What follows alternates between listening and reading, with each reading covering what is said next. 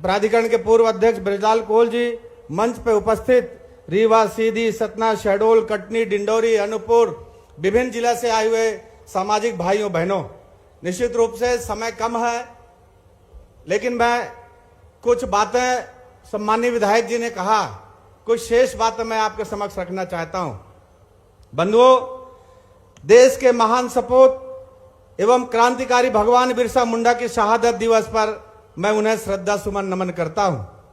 भगवान बिरसा मुंडा जी जनजातीय समुदाय के उन महान विभूतियों में से एक है जिनका जीवन देश की एकता और स्वतंत्रता के लिए समर्पित रहा है।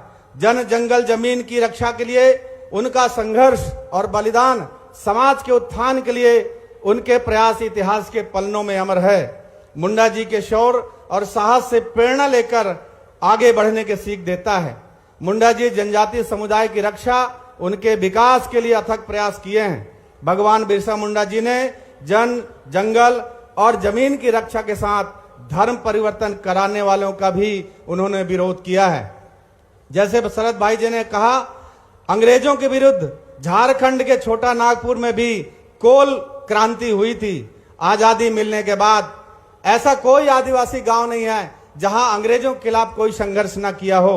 आजाद भारत के बाद अनेक सरकार ने जनजातीय विकास के संदर्भ में योजना बनाकर जो काम करने का प्रयास किया है, निश्चित रूप से उससे ऐसे जनजाति के लोग हैं जिन्होंने शिक्षा ग्रहण करके बहुत तरक्की कर ली, लेकिन कोल जनजाति एक ऐसी जनजाति है जो न्यूनतम शिक्षा होने के कारण जो सरकारी योजना है उसका लाभ नहीं उठा पाया है। मैं चाहता हूं माननीय मुख्यमंत्री जी और यहां पर आदरणीय उप मुख्यमंत्री जी, एक ये दोनों विंध्य के हैं, एक विंध्य के दामाद और एक विंध्य के पुत्र। अगर ये दोनों चाहेंगे तो निश्चित तौर से हमारे जो मांग पत्र है उसको पूरा करने का प्रयास करेंगे। मैं चाहता हूं कि तालियों के गड़गड़ाहट से दोनों को एक स्वागत बंधन अभिनंदन करें। माननीय मुख्यमंत्री जी, कुछ मत करिए, सिर्फ इस आदिवासी को जो विधायक जी ने कहा जहां पर निवास करता है, जहां पर घर बनाया है, उसका आप पट्टा दे दीजिए। सबसे महत्वपूर्ण काम है। अगर आप पट्टा चाहते हो, तालियों के गड़गड़ाहट से माननीय मुख्यमंत्री जी का स्वागत करें। इसके बाद जहां पर कोल जनजाति के लोग पुश्तों से काबिज हैं, जिसका पट्टा नहीं बन पाया है या पैसा न होने के कारण या अज्ञानता के कारण, उसको भी आप उसको पट्टा प्रदान करें।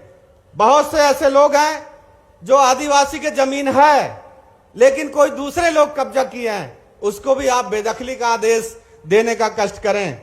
ऐसे कोल जनजाति जैसे जो अन्य जनजाति हैं जिसको विशेष पिछड़ी जनजाति का दर्जा सरकार ने दिया है, मैं चाहता हूं कि मध्य प्रदेश सरकार मध्य प्रदेश के विधानसभा में एक संकल्प पारित करके भारत सरकार को प्रेषित करे, जैसे विशेष पिछड़ी जनजाति के श्रेणी कोल जनजाति को प्राप्त हो सके।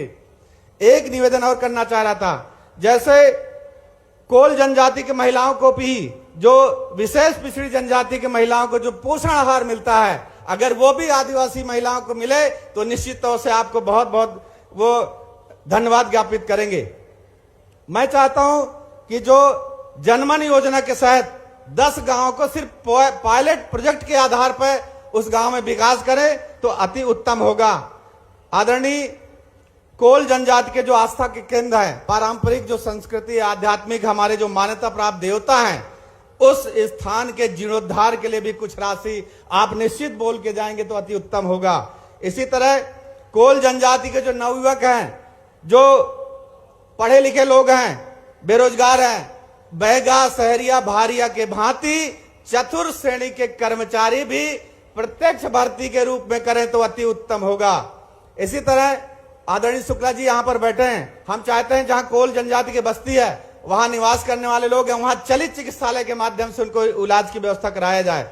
बस्ती आदरणीय विजय शाह जी यहां पर बैठे हैं, बस्ती विकास योजना के तहत उस गांव में एक पक्की सड़क बना दें तो सम्मानीय विजय जी और आदरणीय मुख्यमंत्री जी, आदरणीय उप मुख्यमंत्री जी को ये कोल समाज जीवन भर आभारी रहेगा। ऐसे हमारे सतना, मैहर, मऊगन, सीधी, उमरिया, कटनी, शहडोल, अनूपपुर, जबलपुर, डिंडौरी कोल समाज का एक भवन अगर स्वीकृत करने का कष्ट करें तो बहुत बहुत मेहरबानी होगी। आदरणीय मुख्यमंत्री जी, इस तरह से मैंने 25-28 पॉइंट लिखा है। मैं आपको ज्ञापन सौंपना चाहता हूं। मुझे पूरा भरोसा है, पूरा विश्वास है, पूरा आशा है कि ये जनजातीय समाज न कभी झुका है, न कभी झुकेगा। अपने मान, अपने सम्मान, अपने इज्जत के लिए हमेशा मेहनत की रोटी खाई है। इसलिए मैं आपसे चाहता हूं ये ज्ञापन को बिंदुवार अध्ययन करके निश्चित रूप से आप सैंक्शन करेंगे। अभी हमारे एक नेता हमको कह रहे थे, प्राधिकरण आपने बनाया माननीय मुख्यमंत्री जी, लेकिन धनराशि उपलब्ध नहीं कराया। लोग प्रश्न करते हैं, मेरे से प्रश्न करते हैं कि कोल प्राधिकरण के माध्यम से भी कुछ होना चाहिए।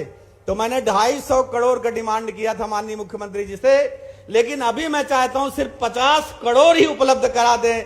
तो मैं समझता हूं छोटे छोटे समस्याएं निश्चित तौर से समाधान होगा।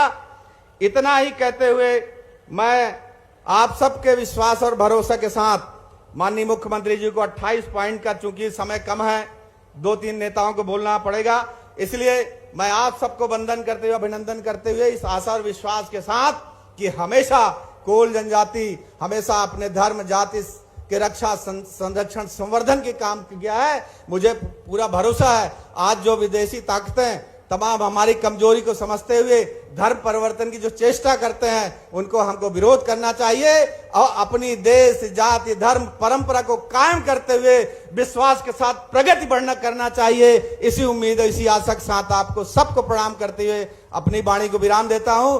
भारत माता की।